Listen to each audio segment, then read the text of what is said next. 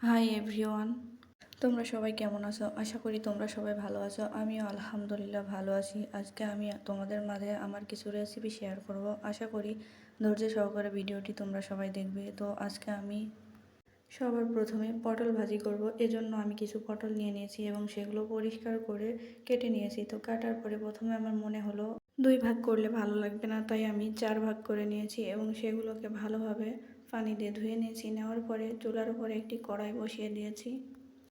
কড়াইতে আমার ধুয়ে রাখা পটলগুলো দিয়ে তার ভিতরে একটু মরিচের গুঁড়া, লবণ, হলুদ এবং কিছু পরিমাণ পানি দিয়ে এটি আমি ঢাকনা দিয়ে ঢেকে দিব এবং এগুলো ভালোভাবে সিদ্ধ হয়ে আসা পর্যন্ত অপেক্ষা করব। সিদ্ধ হয়ে এলে তারপরে আমি এগুলো নামিয়ে নিব। নেওয়ার পরে এগুলা পানিটা শুকিয়ে গেলে অন্য কড়াইতে তেল দিয়ে দিব। তেল দেওয়ার পরে সেই তেলটি গরম হয়ে আসা পর্যন্ত আমি অপেক্ষা করব। তো তেলটি আমার গরম হয়ে এসেছে। এখন আমি আমার সেই সিদ্ধ করে রাখা পটলগুলো দিয়ে দেব। পটল দেওয়ার পরে এগুলো সুন্দর মতো ভেজে নিব। তো ভাজা হয়ে গেলে আমি এইগুলা নামিয়ে রেখে দিব এবং তার ভিতরে কিছু পরিমাণ পেঁয়াজ ভাজি ও লাল মরিচ ভাজি করে দিয়ে দিব। তো এই তো আমার ভাজিটা রেডি। এখন আমি আরও একটি রেসিপি করে নেব, সেটা হচ্ছে আমি শিং মাছ আজকে ঝোল করব।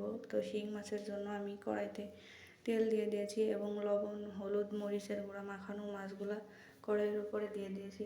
তো আমার মাছগুলো ভাজা প্রায় শেষের দিকে।